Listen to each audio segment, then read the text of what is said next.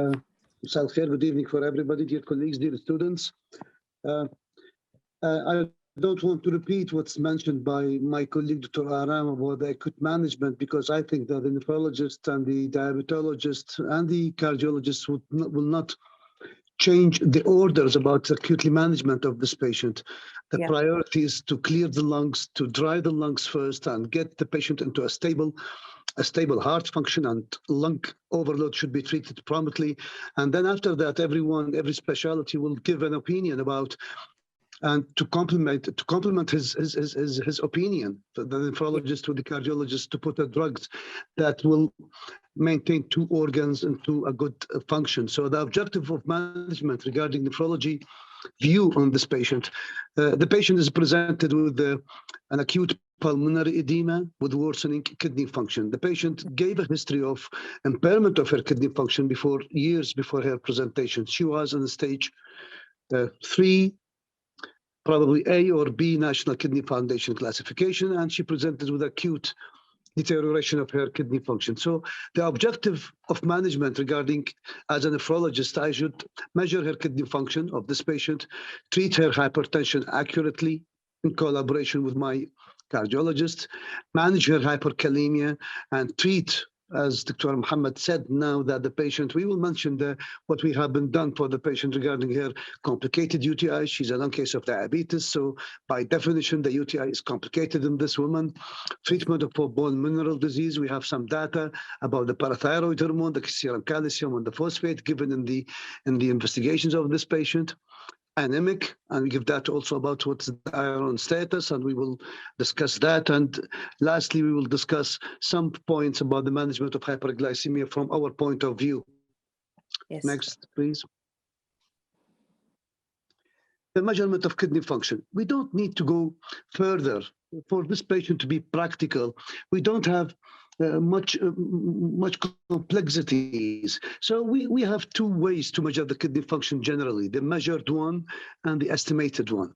More than 90% of nephrologists around the world, in the UK and in the US and in other areas, and every society is the African one and the European one and the American one, still use the estimated GFR, the CKD EPI equation, which can you download it from the Google.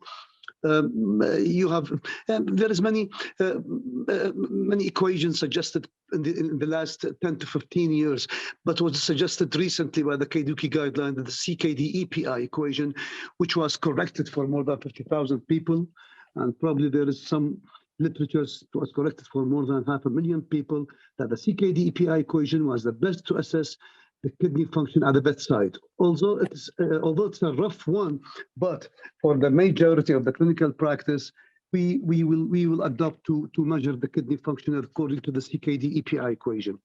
You know, recently serum cystatin level is widely available. It is available also in my center in Erbil and probably in other parts of Iraq. So you can apply the CKD EPI equation by the serum creatinine level. And if you measure the serum cystatin in the blood, you can put the serum cystatin on the same equation. You will have two different estimated GFRs. You can take both of them and take the average of both two. And there is many interesting new guidelines that if you can in clinical practice, you take the average of the estimated GFR by the CKD EPI of cystatin and creatinine, it will be better. So we estimated the GFR of this patient, and it was about 20 ml per minute. So she's in stage 4 chronic kidney disease.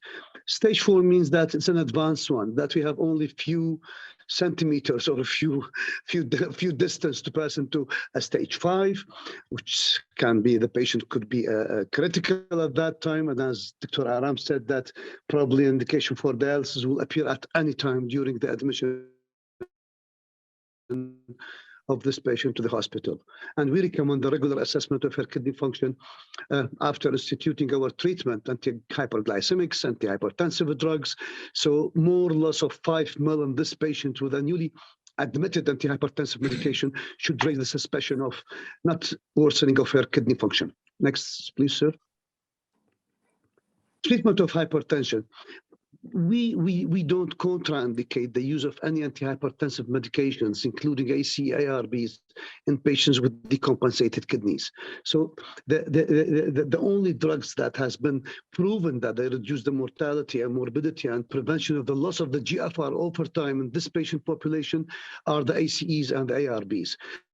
But with time, we should teach our students and teach ourselves that this type of medications, when you use it for a long period of time, years, for example, you put your patient on an ARB for more than 5 to 10 years, you should follow up the kidney function and the serum potassium level regularly in those patients.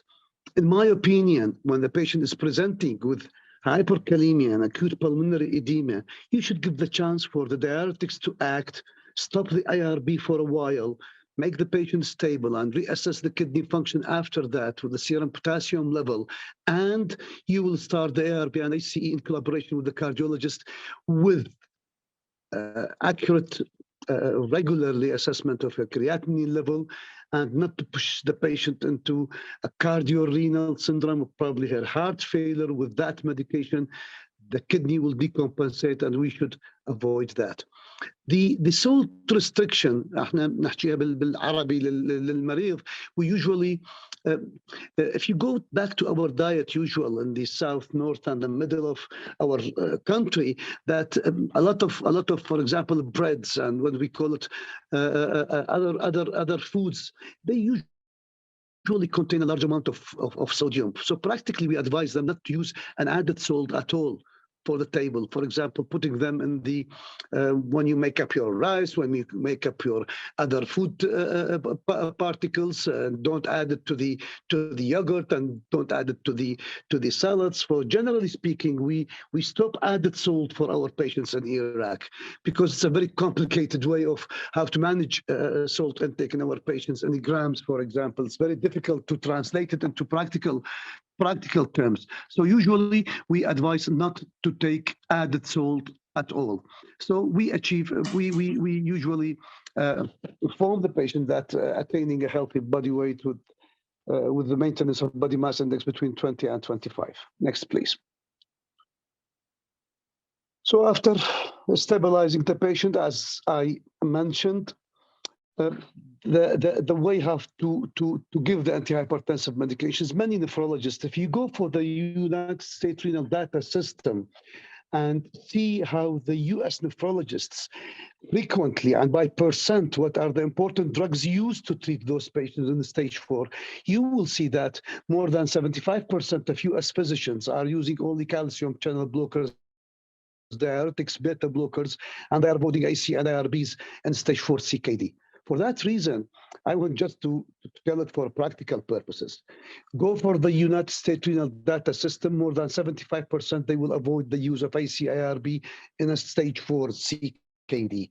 But still, when there is an absolute indication for that, to prevent LV remodeling after an acute MI, the patient is in the critical heart failure, when you want to add this medication as to prevent the mortality and morbidity from heart failure, ACE inhibitors and ACE can be used.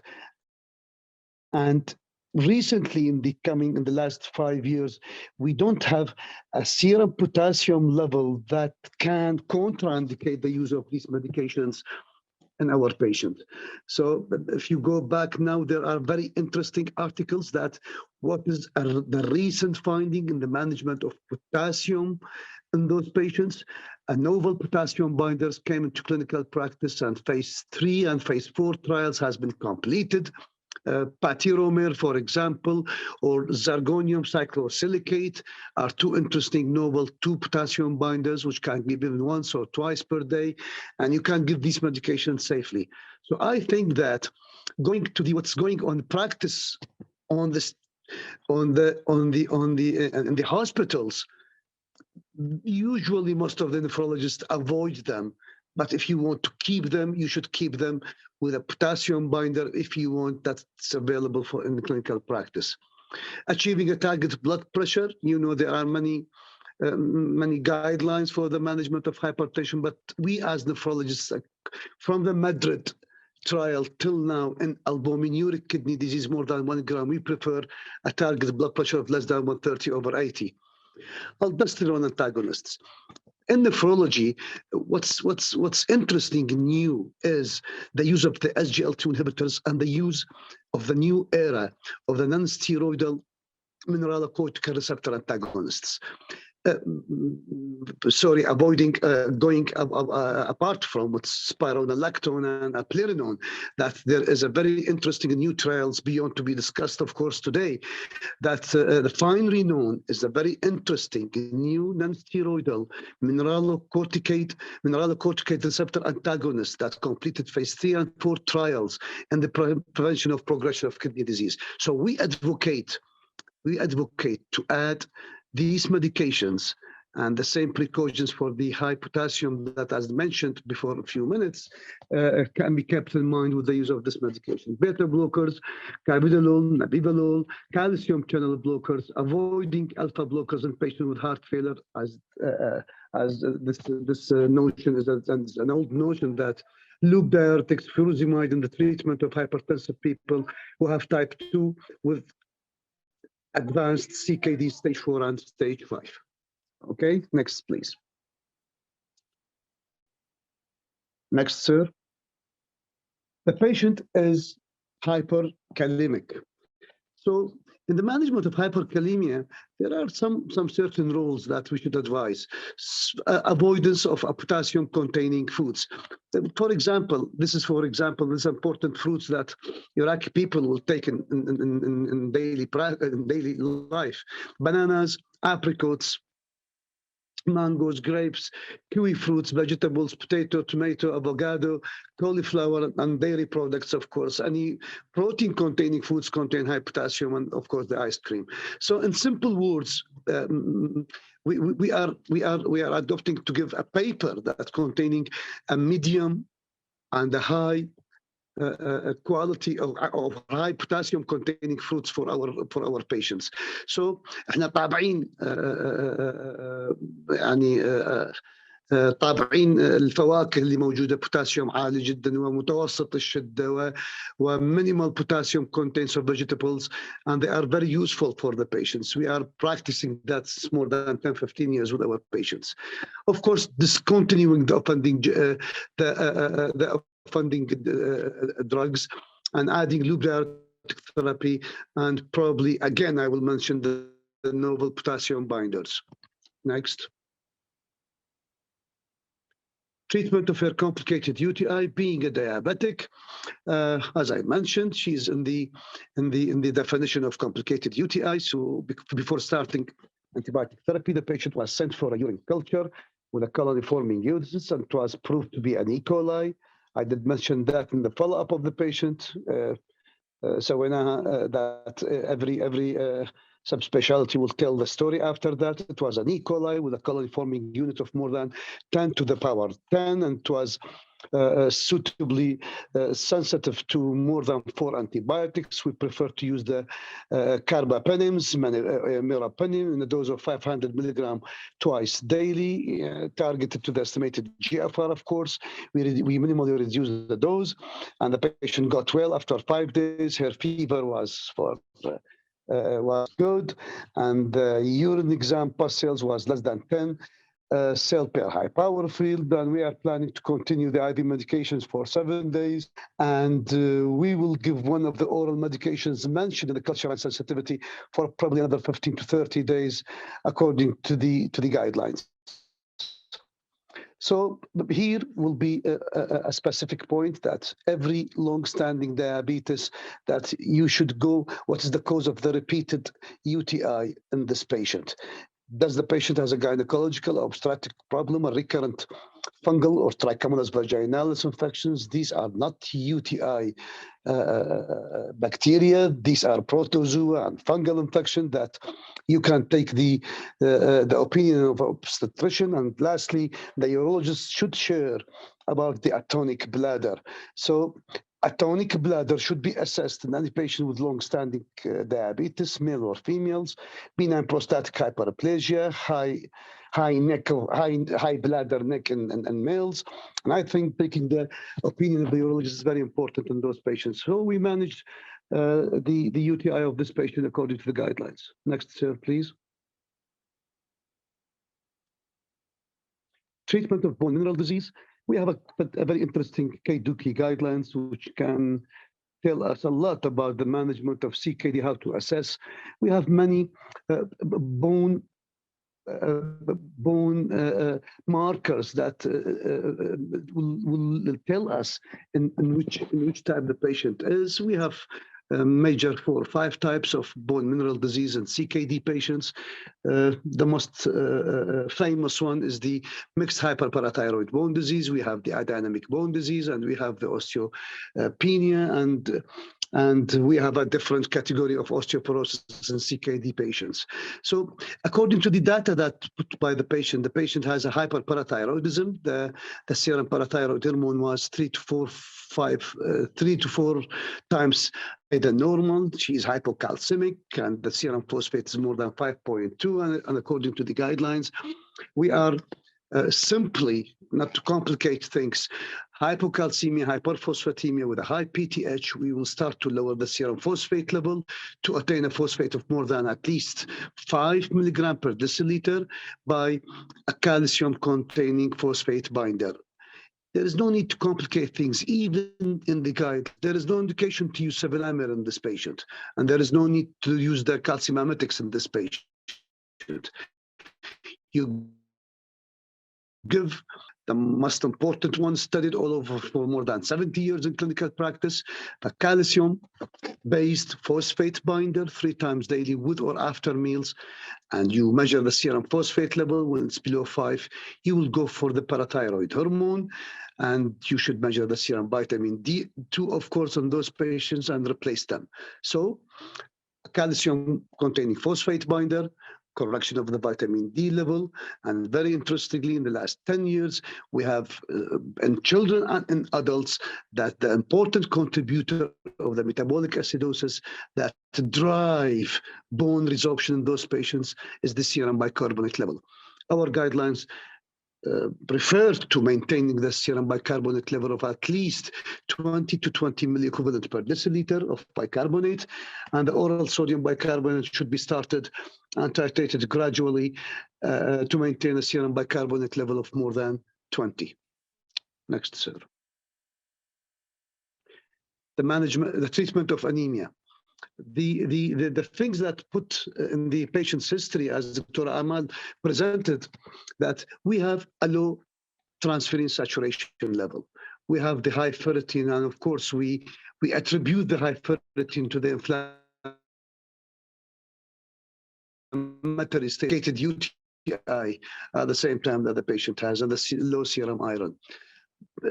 In clinical practice, even in the US, most of the nephrologists, they don't complicate things. We have complicated things to measure the hemoglobin reticulocyte content and etc. We don't have it in our country.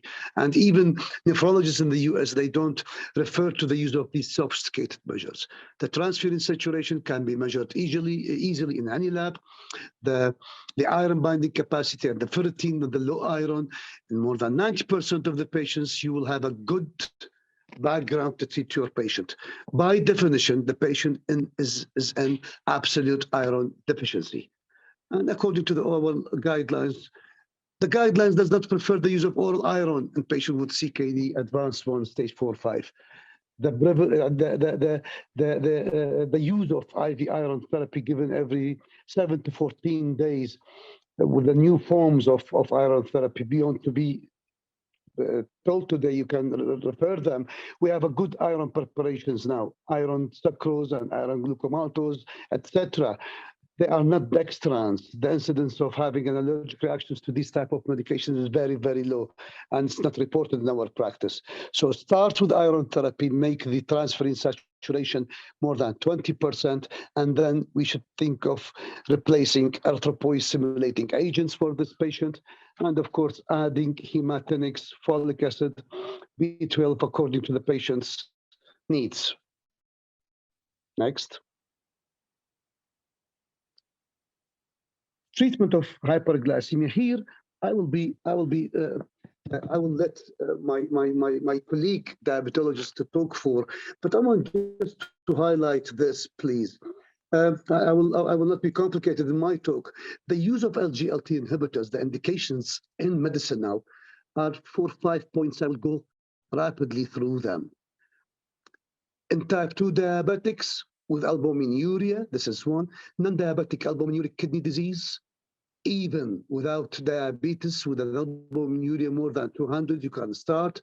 Type 2 diabetics with cardiovascular disease, and heart failure with reduced ejection fraction, as in the DAPA heart failure trial. Dapagliflozin reduced the worsening of heart failure and cardiovascular death by 26%. And 5, type 2 diabetics and hyperglycemia. So you can choose any of these 5 indications to use SGLT2 inhibitors. But there is a very interesting perspective. It was only published for a few months in 360 Kidney Journal of the American Society of Nephrology. And I will try to put this perspective in our أقول للأستاذ هلال هاي البرسبكتيف يخليها لأنه very interesting. It's a real life prescribing of SGLT2 inhibitors, how to handle the other medications, including glucose lowering agents, drugs, and diuretics. As our colleague from the UK now gave an interesting that the patient medications should be so. The patient should be stable. He should not be hypertensive.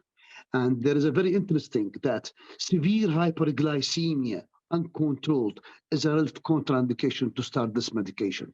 There is many case reports that if you transfer this hyperglycemia enormously into the proximal tubule in a patient who is unstable, the proximal tubule will be liable for an osmotic induced kidney injury. A very interesting term.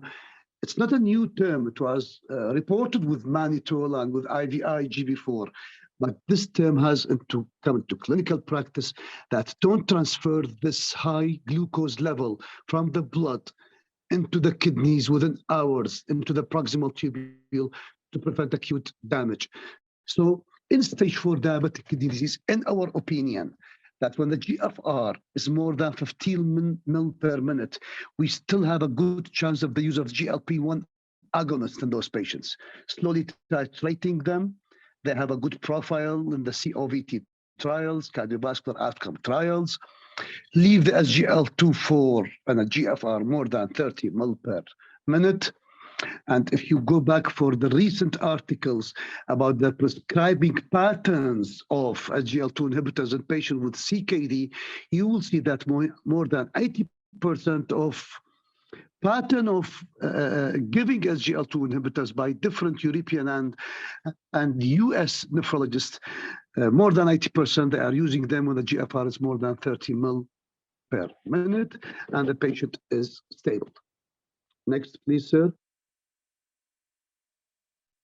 So, as I mentioned, GLP-1 agonists, even when the GFR is below 30, we document that the GLP agonists can be used when the GFR is more than 15 mil per minute.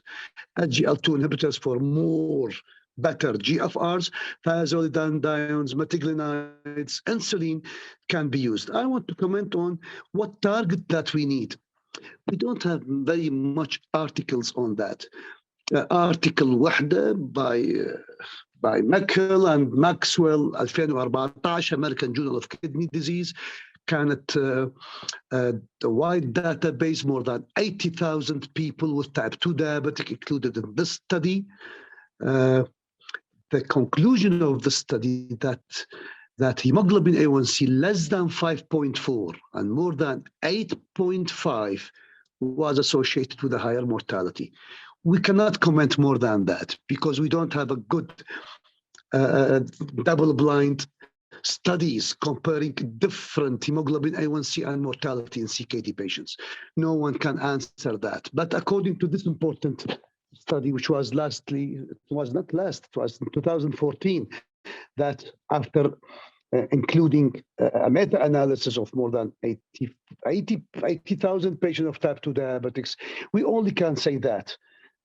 And hemoglobin A1C less than 5.4 and more than 8.5 was associated with a higher mortality and morbidity. In between, we cannot comment more than that. But I think that you will go back for the patient himself, his age, his brain, number of episodes of hypoglycemia, frailty, dependency on others. We have a good points that more than 70 years, dependent on others, high frailty score, keep the hemoglobin A1C around 8, and for more younger people, around 50 or less, with the hemoglobin A1C, you can make it near what is recommended in the general population, less than 7%. For Dr. Muhammad Omar, the liver function test of this patient was interestingly normal, and the ultrasound showed normal liver. There was no features, and we attribute the serum albumin of this patient because of the diabetic nephrosis. She has a 24-hour urine more than 6 grams per day. So I will summarize. We estimate the GFR. We treat the hyperkalemia if we need to give her drugs that to raise the serum level. Otherwise, we can avoid them. But if you want to use them, you should measure the GFR, and in collaboration with the cardiologist, to avoid pushing the patient to cardiorenal syndrome with the requirement of dialysis. Of course, we treat the UTI, we manage the anemia and the bone disease, as I mentioned, according to the guidelines. And we prefer, after stabilizing this patient, we prefer to use only, in our patient that's presented today, only insulin therapy. After treatment of her UTI, we want to stabilize the GFR, and probably a GLP-1 agonist or an SGLT2 inhibitor should be added to the management. And thanks a lot. Thank you very much, Dr. Safa, for this informative presentation. And before we go to the questions and discussion with Dr. Safa, may I welcome the appreciated attendance of Dr. Mumtaz Patel, the Vice President of RCP Global. She's a consultant nephrologist as well. So you are most welcome, Dr. Mumtaz.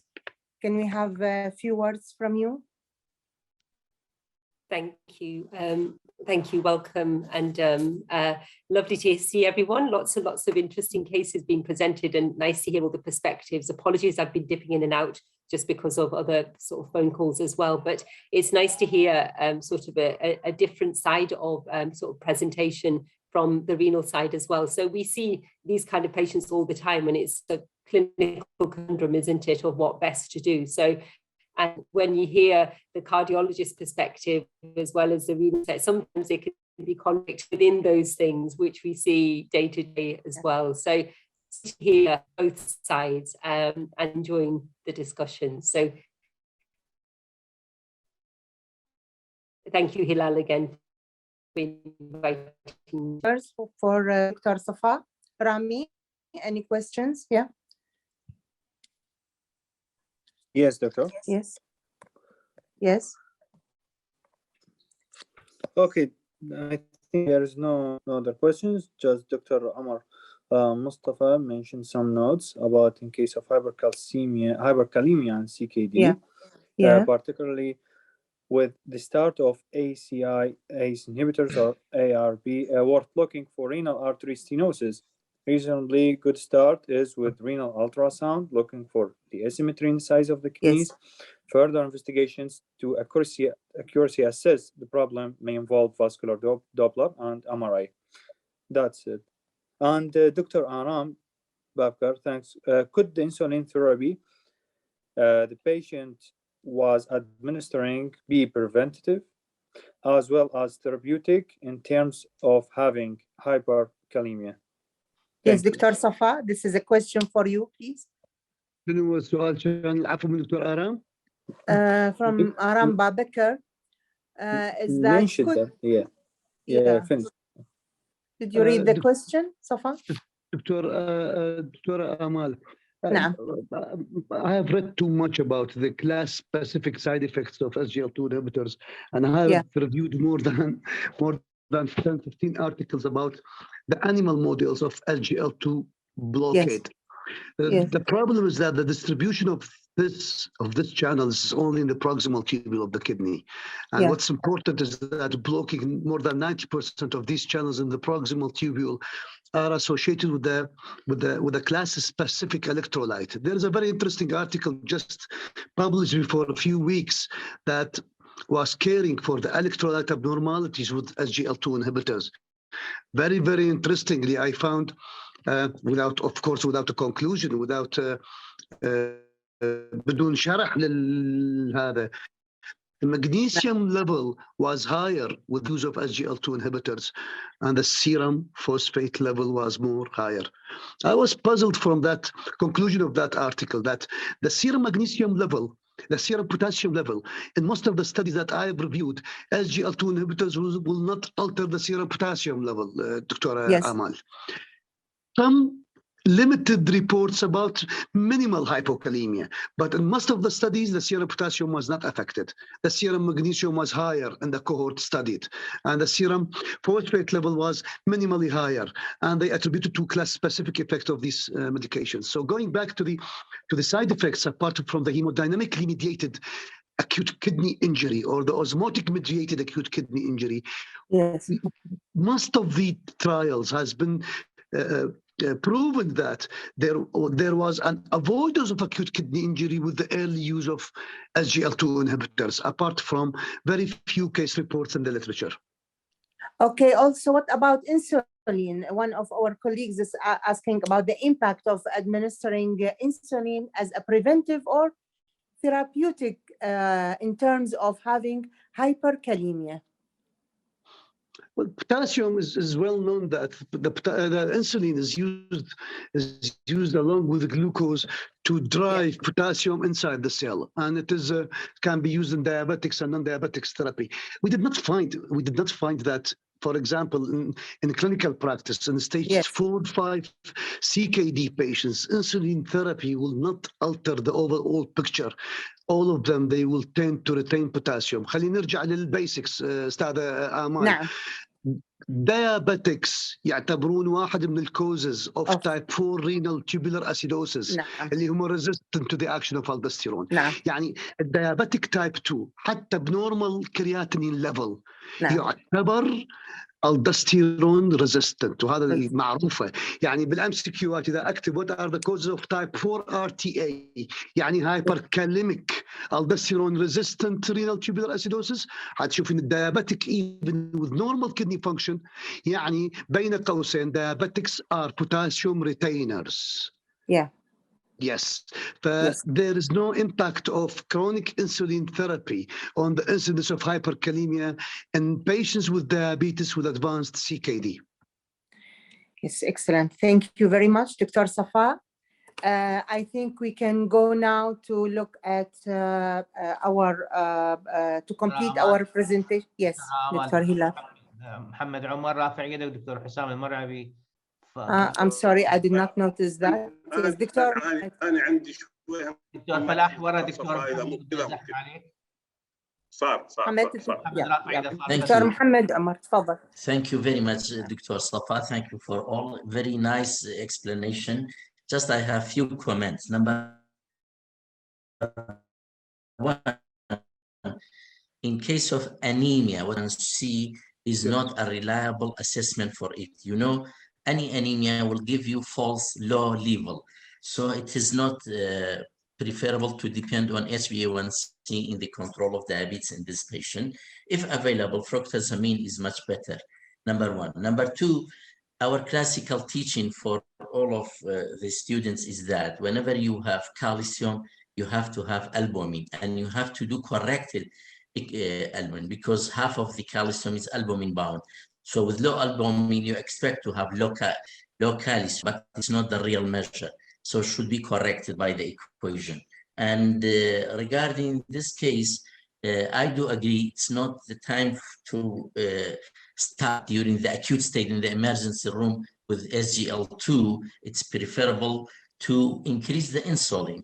You know, our classical teaching in any acute medical state, including patient in ICU or in septicemia, the chance of either hyperosmolar non-ketotic coma is very high. So insulin will be the best answer, because even in this case, metformin and other are not working. Sulfonylurea is not good. So controlling the diabetes in the acute stage with insulin is the preferred one. Thank you very much. استاذ Thank you, محمد دكتور. ممكن اسوي كومنت على كلام دكتور تفضل. محمد. الهيموجلوبين A1C استاذ هلال احنا ما نحبه من نبدي ارثروبويتين ثيرابي تطلع ينك ارثروسايتس فلذلك يصير اوفر استيميشن. But overall, the hemoglobin A1C, when you reach a PCV of more than 10 grams per day, يعني هسه هنا احنا عندنا بالجايد لاينز مالتنا اذا وصلت 10 gram of hemoglobin per day, hemoglobin A1C is the best to follow up our patients. استعملنا الكرونيك جلوكوز مونيتورينج وانا حكيت عليه بالتحضيرات استاذ هلال. تتذكر من نحضر هالميتنج هذا عندنا اوبشنز. احنا ما نحب الفركتوزامين صار قديم، احنا نحب الجلايكيتد البومين لانه الهاف لايف مالته 3 اسابيع. فاكو كم اوذر حكى على الجلايكيتد البومين اللي هو superior to hemoglobin A1C الجلايكيتد.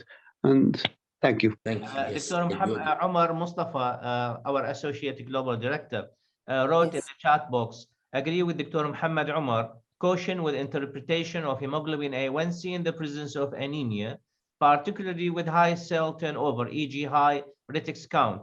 Hemoglobin A1C tend to be lower. Fructosamine and or capillary glucose reading are more reliable. Very important points we are going up to be focused on today's session. The last one, Dr. Amal, Dr. Hussam المرعبي من ناصرية. دكتور حسام تفضل. تفضل دكتور حسام. السلام عليكم. حبيبي دكتور حسام تفضل. على هيدا الميتينج. أنا الدكتور حسام المرعبي, cardiology or interventional cardiologist from Syria, and I'm working now in Nasiriyah. Most welcome. أهلا وسهلا. Most welcome, Dr. Hussam. تفضل. My question is very simple, and if our decision was going for angio or PCI, dialysis pre or post procedure, or we should wait and then decide according to GFR or creatinine or urea. Yes, هذا موضوع دكتور حسام، هذا موضوع آخر. تعرف within the past 10 to 15 years there was many assessment scores to adjust the risk of contrast nephropathy. للمعلومات دكتور حسام، هسه احنا نقول do really contrasts have a nephropathic effect? Most of the nephrologists now with the IV contrast administration، يعني اكو trials حسبت الكونتراست nephropathy بالاوتباتient CT brain or CT abdomen or chest in more than 2,000 people. They were neglecting the effect of the IV contrast as being a kidney problem. نجي للانترا arterial اللي هو الكارديولوجيست اللي يستخدموه. Recently the cardiologist should write to me how much cc's and what is the type of the contrast that he is using. And probably I will go to the last 2-3 articles that if the estimated GFR is less than 15 ml per minute, the risk of acute kidney injury requiring dialysis is more than 50%, Dr. Hassan. So the patient should be informed about the risk, not only the risk of reaching acute kidney injury, the risk of having an acute kidney injury in the CCU with the same requirement that the patient may have a high morbidity and mortality from reaching this procedure. So it is now well documented that the higher the amount of the cc's that you use and the type of the contrast is the rate limiting decision to me to answer my cardiologist about what's using. Okay, thank you, Dr. Hassan. Thank you, Dr. Hassan. دكتور فلاح تفضل. Yes. Shortly, please. Thank you, Dr. Amal. Yeah. Thank you, Dr. Safa, for this very nice presentation. But I have some comment and some question about the treatment of the hypertension of this patient with the chronic kidney disease and the GFR below 20. And you say that the ACE inhibitor or IRB or as a whole RAS inhibitor, contraindication or precaution when used. Yes, they decrease the GFR for when using in any patient, especially in the chronic kidney disease, decreasing of GFR for few weeks, then return back to the normal. If the stabilization of this, you continue on the ACE inhibitor or IRB. But if there is decrease more of the GFR, you must stop or decrease the dose of the ACE inhibitor IRB. Also, when this more decrease in the GFR, you must investigate about renovascular complication or renovascular as a cause of the chronic kidney disease. This is one. About the target, you say that is below systolic blood pressure below 130. I think the last guideline, when the chronic kidney disease, you must put the systolic blood pressure between 130 to 140. This is the target to decrease the perfusion or prevent the decrease of the perfusion to the kidney. About this case, I see that the statin which was used is rosuvastatin, and the GFR you see that the 20, but you must shifting from the Rosuva to atorvastatin. I think so. The other about خلي كمل ممكن Just because the time, Dr. Falah. Yes. ما عندي شيء بعد قليل. About the anti-diabetic. What's the anti-diabetic medication which use يعني oral anti-diabetic medication who use this patient before he reached to the casualty of the acute heart failure. And about the you mentioned that thiazolidine, which may be used in the treatment of the diabetic. This is contraindication because it precipitates heart failure more. Thiazolidine to stop in when patient has heart failure. About the GL2, the GL2 here it is important for decrease or propagation of the renal impairment or renal dysfunction. But as we say that when GFR till the 20, you must only empagliflozin you can use. But I don't know you say that the magnesium increase when used SGL2. I don't know. This is new. And thank you, Dr. Safa. Thank you, Dr. thiazolidine ما حاطها لهاي المريضه تحكي على جنرال على اليوز اوف ميديكيشن CKD. يعني نعرف كل زين بين thiazolidine diones تسوي يعني increases the intravascular volume, can precipitate an acute heart failure, but it was put in as a general management for CKD patients. They are safe even when the GFR is less than 15 ml per minute. يعني على مود الطلاب واحنا نعرف انه اكو safety of يعني safety margin of medications. بالنسبه للstatins, rosuvastatin has been mentioned even in dialysis patients where the GFR is less than 5 ml per minute in a dose of 10 milligram per day. يعني high potency statin, serivastatin, rosuvastatin, atorvastatin has no difference in the clinical practice. Aurora Sharp trial وعندنا 2 to 3 trials used. بالمناسبة أستاذ فلاح هو السمفاستاتين was used in a very large trial. الأتورفا ما مستعمل هواية كلش. السمفا والروزيوفا مستعملين أكثر والدوز مالتهم مقيول بالنسبة للروزيوفا هو 10 milligram per day. Can the last Dr. Aram is because time is limited, Dr. Amal. نعم. So we will complete our Aram رافع ايده عنده comment. عفوا يلا تفضل دكتور آرام. هاي الايد بدأت تشوفيها بدي يرفعوها بدأت تنزل. ايه انا بدأت اشوفها. يس. آرام you are mute. آرام تفضل.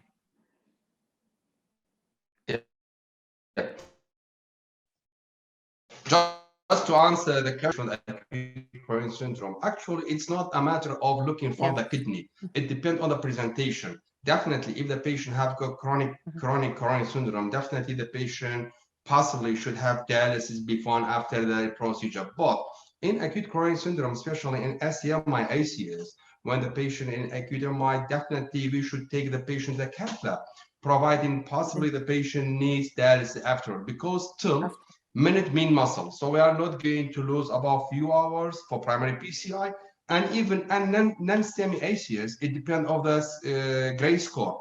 If the patient is very high risk or even high risk, PCI should be done. Later on, we can send the patient to the dialysis. So it's not only the matter of the kidney, it's the matter of presentation, how the patients present to you, whether it's a chronic coronary syndrome or acute coronary syndrome, any acute, that SCMI and NSD higher score should be treated soon.